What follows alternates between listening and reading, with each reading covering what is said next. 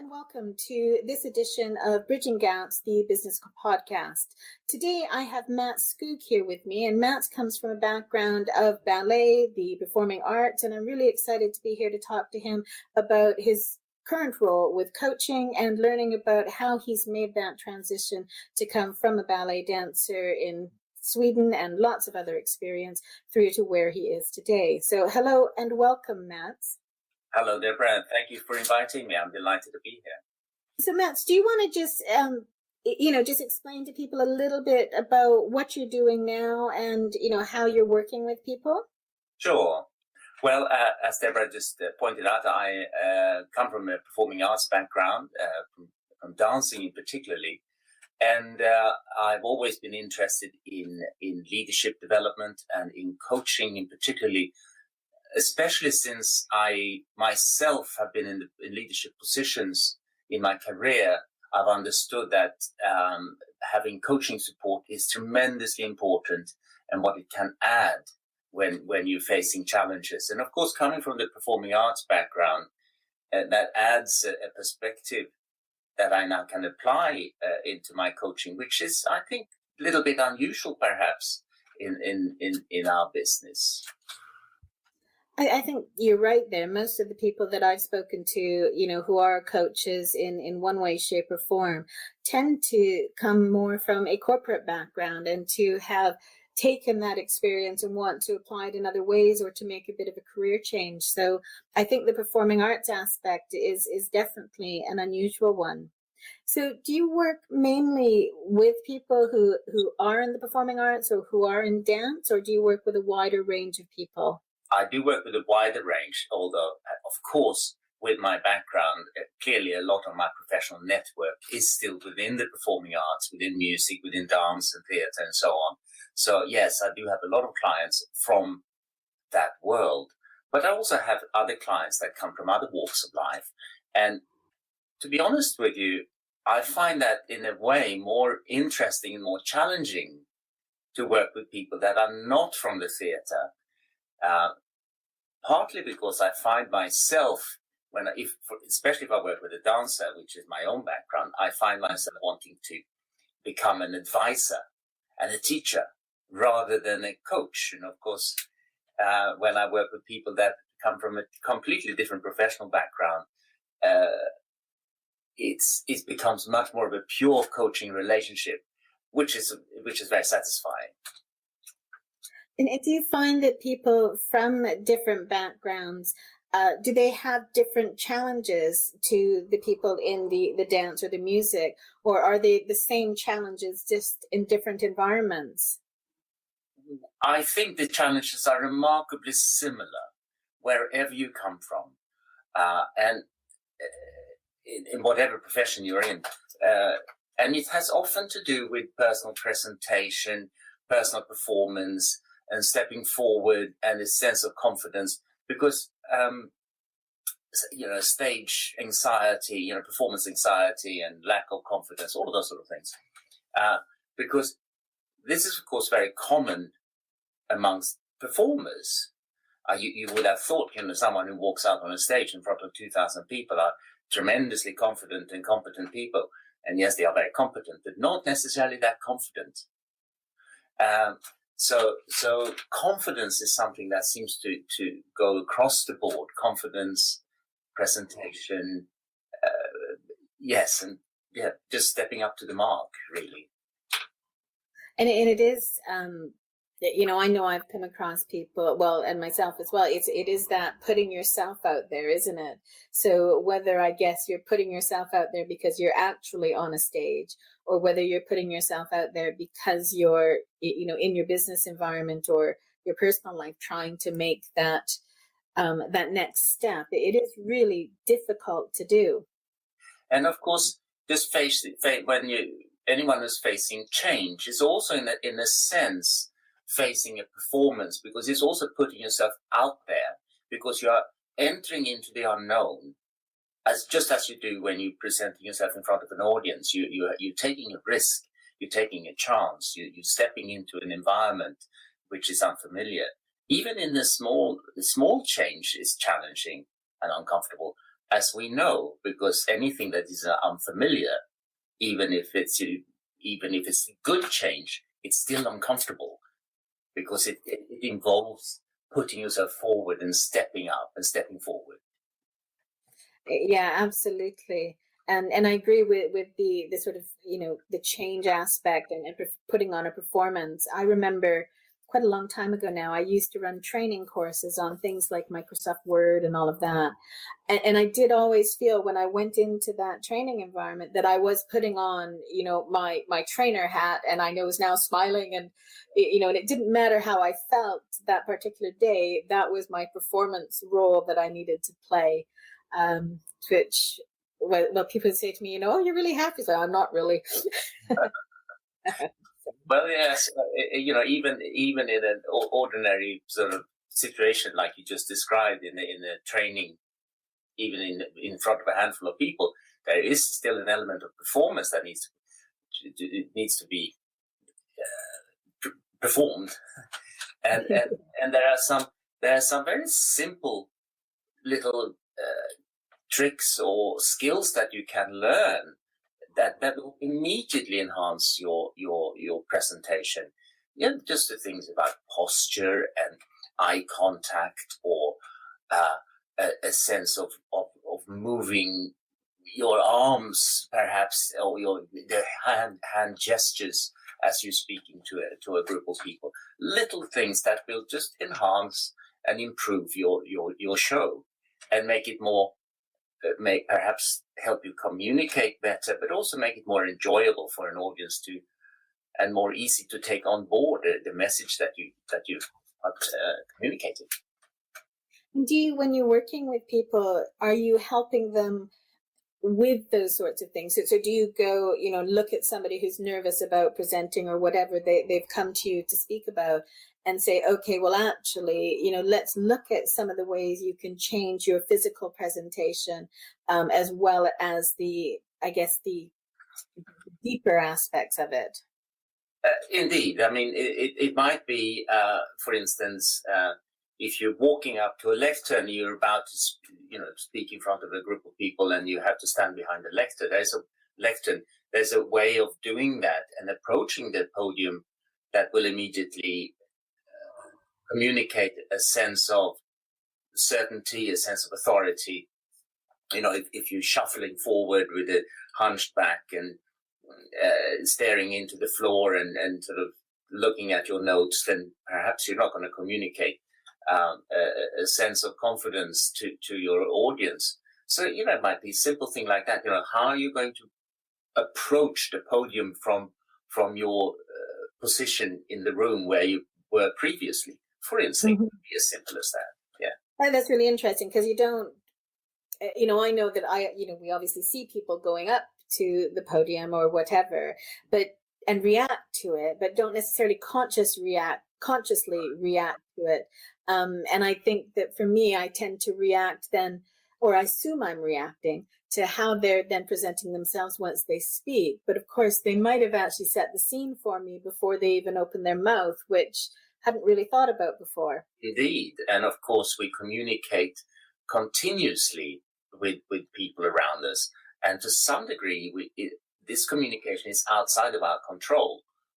But if you're at least aware of those aspects of your communication that you can control, such as your posture and your way of moving and the tonality of your voice and so on, at least those things that you can control, you have a much better chance of coming across better. It's funny, isn't it, that just those small things can have such a huge impact. And as you say, they can be completely unconscious and outside of our control how people react to them. So Matt, what sort of, so I know that you're a high performance coach, but what type of, if we wanted to put that into context for people, who do you help and how do you help them? So how would you describe your coaching and what you're aiming to support people in? Well, the term high performance has come, I have taken that as my field because I come from a high performance background as having been a ballet dancer and performed at a very high level within that profession. I kind of understand performing under pressure and being ready, when the curtain goes up, so to speak. Mhm. So, and because of that, I have felt that, those insights that I have gained can all be applied almost in any sort of circumstances. It's not only about presenting yourself in front of a group of people or public speaking or something like that. It's also perform for yourself. Perhaps you have ambitions that you want to realize and goals in life you want to achieve. That's also, in a sense, a performance. So the term high performance has actually, the way I apply it, quite a broad application.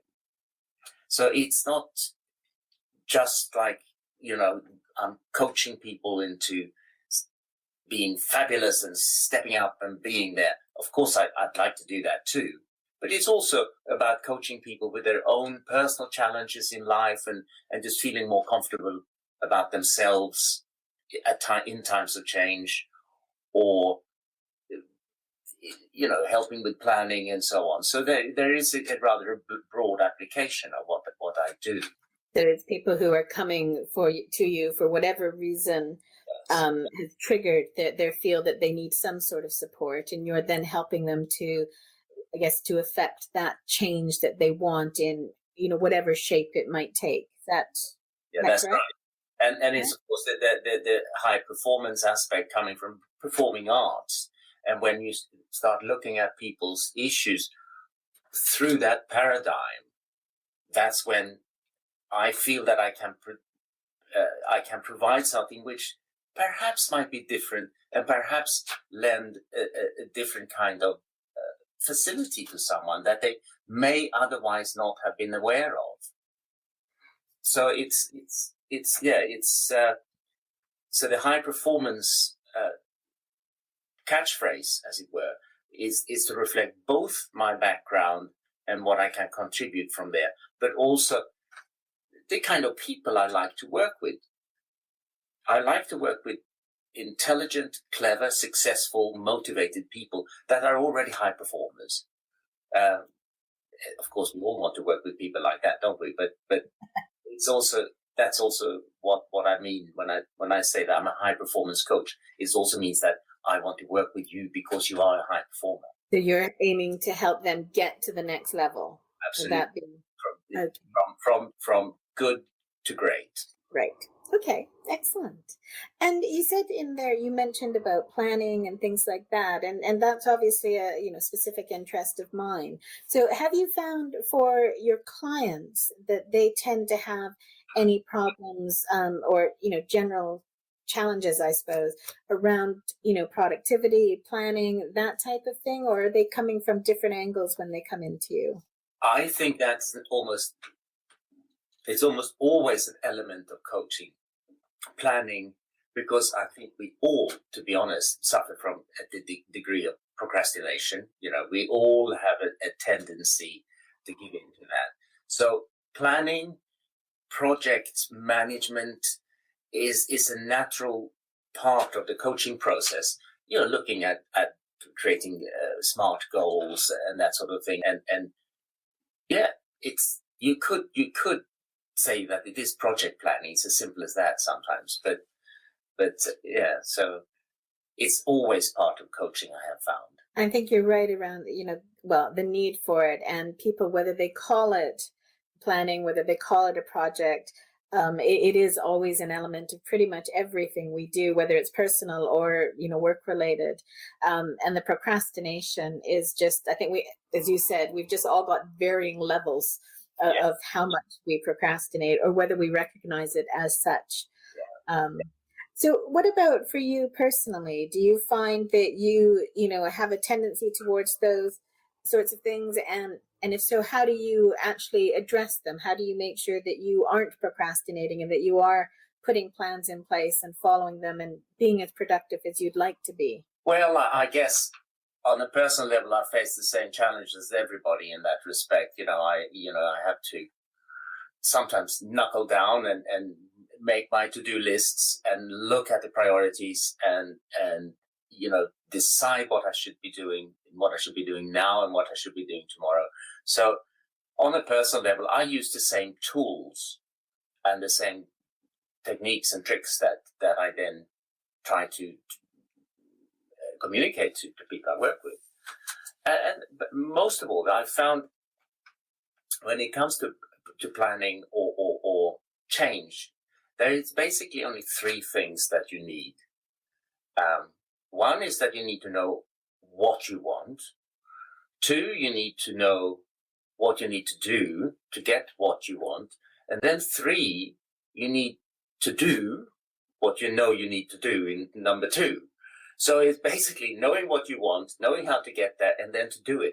Those are basically the three elements that we come up against all the time. It sounds terribly simplistic, but then I think it probably is that simple. But then, as all great things in life, simplicity is the hardest thing to achieve. You're so right. It's, you say things, and I know sometimes when I'm speaking to clients that I think, well, this must be obvious, and I'm worried that I'm going to almost insult them because I'm, feel like I'm stating something obvious. But of course, achieving that and doing it for yourself is a far different thing to actually just knowing that it's simple and that you should be able to do it. And I think we beat ourselves up a lot over what we think we should have done, as opposed to accepting that this is something, a lot of people will find difficult. Simplicity being an ideal. And simplicity coming also, again, going back to the arts background, is, of course, like all great art, is basically very, very simple. We look at, it's highly, infinitely deep, but basically very simple. When we see some of the great artworks of history. But there's another aspect of the artistic creative process which is relevant to coaching, and why I think coming from the arts background helps me as a coach, because the artistic creative process is basically dealing with change, but also it's dealing with the unknown. It's entering into the unknown, the unfamiliar, creating that which has never been created before. Because that's one of the marks of great art, is that is something that no one thought of before. And of course, that's the fundamental object of coaching. So again, there is that connection between the two, which I find fascinating, and which one of the reasons why I really love what I'm doing. Yeah, because I still feel, as a coach, I'm still in a creative environment. I'm enabling people to enter into the unknown, to do the new, the different, something which is they've never done before. And that is, of course, fundamentally the artistic creative process. Absolutely. And I'd never thought about it that way. So I'd never really made the correlation between the two. Well, it's really interesting. So my perception, and you're probably going to tell me that I'm wrong, but my perception, if I thought of, a ballet dancer, I would tend to think, in one of the, big ballet companies, I would tend to think that they themselves are obviously becoming an expert at what they do in terms of their skill set, but that there is somebody there who is always telling them what to do. So there's the choreographer, there's the, artistic directors, whoever else is involved. And that your job at that stage isn't to be creative. It's to enact somebody else's creativity. Would that be true, or would that be... Yes, it is true up to a point, what you're saying. You're absolutely right. But there is a creative artist, and then there's the interpretive artist. And so what you're describing is an interpretive artist, someone who is interpreting the work of someone else. And of course, you're right. As a member of the corps de ballet, yes, you are interpreting the work that you've been instructed to do. But even within that interpretation, there is an element of creation that you contribute. So even at that level, even at sort of a simple corps de ballet level, there is an element of creativity that is required from you. So you're not in that position necessarily excluded from creativity and being part of the process. Okay, oh, that's really interesting because, well, I just told you my view. So how would you go? I'm just trying to think of your background of how you've made that transition from being a ballet dancer to taking on guest roles at other ballet companies, to the artistic director, through to the coaching. Have you found that your creativity or your approaches have become, or have they shifted? So have you become more aware of the need to plan, more aware of the creative aspects, or how have you made those transitions, and what have you been aware of, or when you look back, what are you now aware of? No, it's a very good question, because my own path through my career and through life was starting as an 8-year-old in full-time training to learn to dance and to learn a profession, because I was in a very old-fashioned school where you were put there to learn a job, not just because it was an afternoon activity, which I was in full-time training from when I was 8 years old until I was 18, and then I was in the profession. Actually, at some point in my mid-teens, they started to pay me for what I was doing, and then I progressed through the corps de ballet to soloist positions, to principal positions, and then into leadership positions and artistic director and so on. And most of that, it was just sort of, you sort of bumbled on from one area to the next. And I must say, had I had access, or had indeed personal coaching been even invented at that time, I'm sure I could have possibly had a more productive and probably certainly a more enjoyable time, because whilst a lot of my performance career was very successful, I'm very pleased to say, some of it was quite tough and hard work. And I think had I had access to personal coaching, in the sense of life coaching or performance coaching, when I transitioned from my dancing career into my teaching and leadership career, I think I would have been able to progress much quicker and in a much more comfortable and in a happy environment. I mean, it worked out very well, as it were, but at the same time, and that's one of the reasons why I got into coaching myself. When I was standing at the top of my field, I suppose, as artistic director of a national ballet company, the English National Ballet at the time, and I thought, wow, here I am. I'm kind of top of the mountain here. How can I use this now in order to help other people that are going to come up to the same career path which I have had? So that's when I sort of came into contact with coaching in the first place, or when I became aware of coaching, because up until that point I didn't even know it existed. And I think coaching in the past few years has really changed and is much more acceptable and much more accessible as well. So do you, as part of your work now and your professional network of people who are presumably still in the dancing and the music industries and all of that, do you feel that you're able to, I guess, encourage them to recognize that while, yes, people can make the transition from being the person on stage to being the person who's leading and directing, that actually there are ways to make that easier and more successful and to support them more effectively in it? Is that something that you're, I guess, encouraging them to see, or is that something that is just, outside your realm at the moment? No, it is definitely something which I'm trying to encourage my personal network of professional contacts and colleagues to see that they can actually add to what they do today.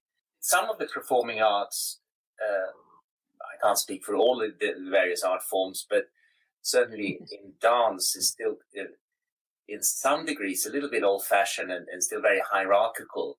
So the idea of coaching, which is it's starting to enter in to the profession in connection with career transition. When for instance a dancer goes from an active dancing career, because most dancers of course finished early to mid 30s, they finished with their dancing career because of it's an athletic activity. Mm-hmm. So a lot of dancers are seeking coaching from that point onwards.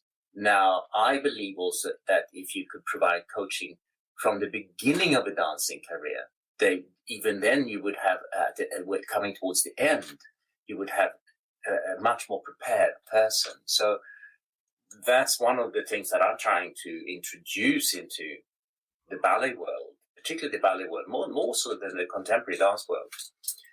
That insight and understanding that coaching is something that we can use for personal professional development throughout a career. It's not just at the one point in your life you need it.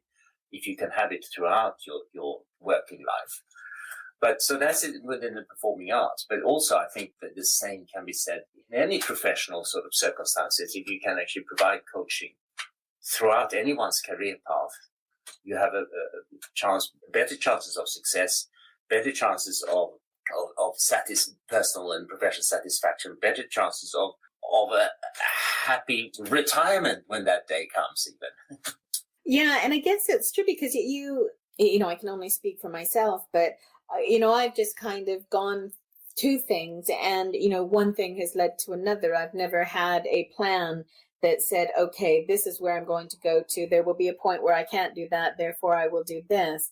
Whereas, as you say, if you've got that coming along, you know, beside you, that somebody is helping you to think about that and to see where do you want to go, what's really giving you that satisfaction and happiness in life, it's much easier to deal with, especially if you've got that recognition that, you know, early on, your body at some point is going to say, I've had enough. And rather than going, oh, shoot, it's starting to give me those signs, what do I do, and panic, to actually know what the next step is. Yeah, I mean, that's why, you know, I didn't have a plan until I started with coaching, and then it became a plan. So here I am. Finally, age 60, I've got a plan. You know, we all start at various different points, don't we? But I think there's a lot more. I think the world has changed from when, you know, when we were younger to, you know, somebody now who's 60 or 70 is no longer old in the same way that I feel they were when we were younger. I think that now we're very much, you know, there's life to live, there's stuff to be done. And that more and more people are starting, you know, that change, whatever it is in business, in, you know, career, that makes them happy at, you know, probably from 40 plus. And I think it's a really kind of neat thing to look at and to see how it's not just, okay, I've retired and I'm going to fit in the age old, you know, okay, I'll potter around the garden and go to the pub. And there we go, that's it. So it's a very different world, I think. Yeah. Oh, well, if I had an independent income, I might potter in the garden and go to the pub as well, but that's not the case. True. Some of these things drive us, don't they? Yes. So in terms of starting your, actually, I'm going to go back a little bit. Again, I'm assuming that in your roles as, you know, as the director of the English National Ballet, of being a dancer, that those were employed positions, that you were in a job, you knew you had an income coming in. Is that correct? That's right. When I was a dancer or an artistic director, but essentially, I suppose I've been in the performing arts. You're always working for yourself to some extent. So it's on and off throughout my entire career. I've always also worked freelance, but it's true. When I was employed as a dancer, yes, I was employed, and I was employed as an artistic director. Then, of course, I was in full employment. But then, in between all of that, and right now, I'm certainly working on a freelance basis, and I think that's the other thing that you bring coming from the performing arts background is that successful artists are generally quite entrepreneurial, because it's just not enough to be good at your craft. There was a time in the past when that was sufficient. You were good at your craft and you could live a happy life doing your job.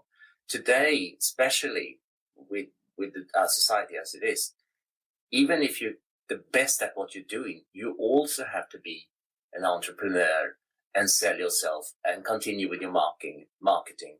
And that's something which artists do all the time without realizing it, that they're actually being entrepreneur. They think they're just doing their job as artists, but actually they're being entrepreneurs. And do you have any, I guess, specific examples of that, or any guidance or tips that you can use to, for other people to think about or to learn from, whatever industry or background they're coming from? Well, there's the analogy of the curtain must go up on the first night, because you can look at any arts project, theater project, and you can bet your bottom dollar that on the first night, the curtain will go up. So there might have been chaos up until that moment, but the curtain will go up because there is a systematic, or sometimes a chaotic systematic. Is there chaotic systematic? Or whatever. But it can be chaos, but there is always, you always arrive at your destination, which I find sometimes in business is not always necessarily the case, because there isn't that sense of performance and that there is an audience out there waiting for you. Because one of the fundamental differences between the arts and business is that in business, the ultimate objective of business is profitability, is profit. Mm-hmm. And of course, the ultimate objective in the arts is the product. Of course, it has to be a profitable product, but the object of any artistic endeavor is the actual product before profit. So there is those things that you can use as analogies when you're speaking to someone who comes from another walk of life. Yeah, and that's very true. So do you think that most people in the artistic, so if we, stay with dancing, because obviously that's your background, that they at certain levels aren't concerned whether or not there's profitability in it? Or do you think that there's always an underlying awareness that the product needs to be good, partially for your, personal satisfaction and pride in what you're delivering, but also because if it's good, then you're going to have people paying to see it and people investing to support it? Is that a constant awareness, or is it? Well, depends on what level you are. Certainly, if you're an artistic director of an arts company, then you are very aware of that profit is indeed an essential requirement for ongoing business. But I think even at that level, you are focusing on your product, and that's one of the challenges of being in leadership positions within the arts, is to finding that balance between knowing that profit is essential, but also that you have to produce the goods and you have to produce quality. Ultimately, quality drives the arts more than profit. So if you produce mediocrity, it's just not going to be successful. You can produce work that is not necessarily of everybody's taste, but you cannot produce mediocrity and expect to be successful. And are there challenges with going down that, so if you said you can produce work that's not to everybody's taste, but are there drivers as well of going, well, actually, no, if I'm going to make money and be good quality and continue people, putting bums on seats, my safer route is to continue going down the tried and true? Or is there actually, no, I'm trying to think of what word I want. It's not really creative, but the route that would ultimately have more risk but more reward is going down that unexplored route. So is there a driver to, okay, I can choose this one, which is pretty safe, or I can choose this one, which is riskier, but maybe higher value ultimately from all aspects? Well, that's a matter of programming, and you'll find if you want to have one risky project, then you need to do another project which has less risk. Let's say, for instance, you want to produce a program of new experimental work. That's not going to necessarily be commercially highly successful. It can be successful, but it may not be. So, on the other hand, you probably stage, I don't know, Swan Lake, Swan Lake is the best-selling ballet of all time. You can put Oh, Swan Lake on at any time, and you will always fill a theater. It's amazing. So I love Swan Lake. It has to be said. it's a fantastic ballet. It's a beautiful ballet, and there's a reason why it's successful, because it's a great work of art. But so you use those sort of ballets. In the dance world, you would use the Swan Lakes and the Nutcrackers and so on, in order to also be able to present work that has more risk and it might require a different type of investment. Yes. So again, it's about balance, which applies to so much of life again. Yeah, absolutely. From a work perspective and a life perspective, obviously the arts and dance has been a huge part, key aspect of your life. And even now, as you're going into the coaching, it's still there, the performing arts, as well as people from other industries. So what do you look for, if you are doing something in your own time to relax? Is it still actually performance art related, or have you found that there are other things that, so Anne, who I interviewed the other week, does triathlons, which I think is complete madness. But but that also, she said, helps her with her work in terms of giving her that, I guess, release and break from what she's doing. So is there anything similar for you? Not necessarily a triathlon. But not triathlons, I must say. No, regardless of my dancing background, I'm not a particularly athletic person anymore. But I'm fairly ordinary when it comes to interest. I mean, I do DIY, for instance. I'm quite good at it, actually. That's remember that. that kind of fairly ordinary pursuits, I would have thought. Yeah. Mm-hmm. Okay, excellent. When you're looking at your, building up your client base, finding new people to take on and work with, how do you approach that? Are you doing networking? Do you have other ways of getting, contacts? At the moment, I employ sort of a range of strategies. I mean, obviously, I'm leverage of my professional network within the performing arts to access people in that area. Naturally, as you would as a sole operator, you have to just use all the avenues you can. And I'm trying now also to introduce myself in new environments, using my performing arts background as my USP. And that is also proving to be interesting, I think, to people. It's something which as a coach, because there are a lot of them out there.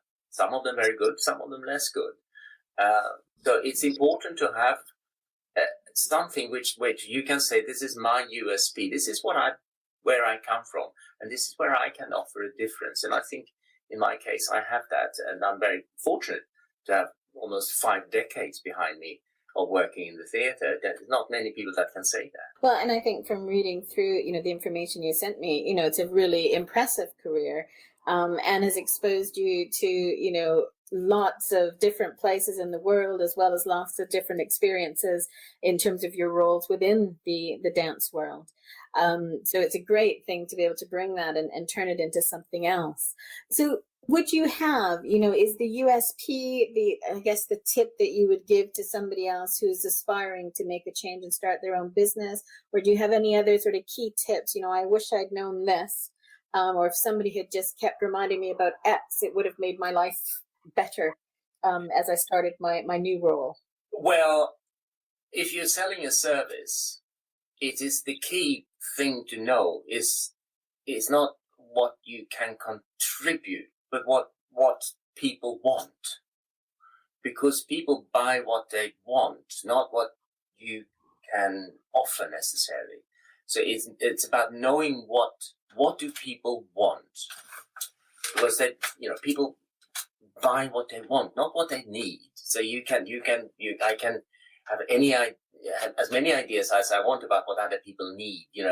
I'm sure you need this and I could do this for you. But if that's not what they want, they're not going to buy it, are they?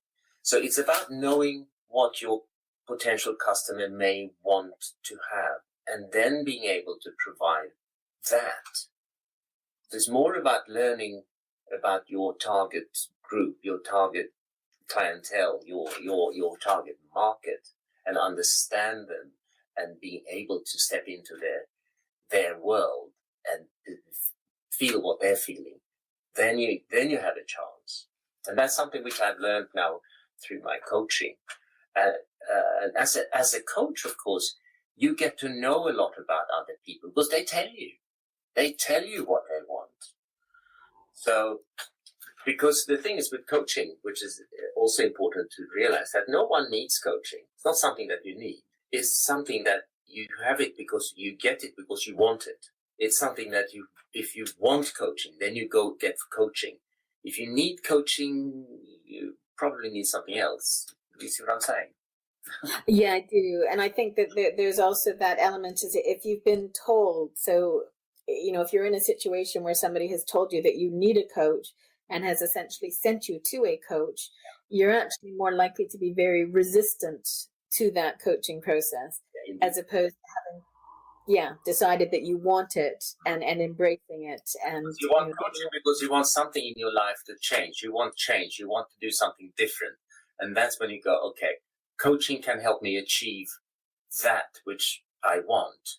It's not I'm going to go to coaching because I want coaching. No, you go to coaching because there's something out there that you want. And coaching can help you go get there. It's a means to an end to help you to achieve what you're looking for. That's right. So that's been really interesting, Matz. And thank you very much for being on the show. And I look forward to, getting this out and making it available to other people to hear, especially with your different approach and different insights into, coaching and the world from the performance arts aspects. Well, thank you. It's been a pleasure to talking to you. Thank you very much. You've been listening to Deborah Levitt on Bridging Gaps, the Business Podcast.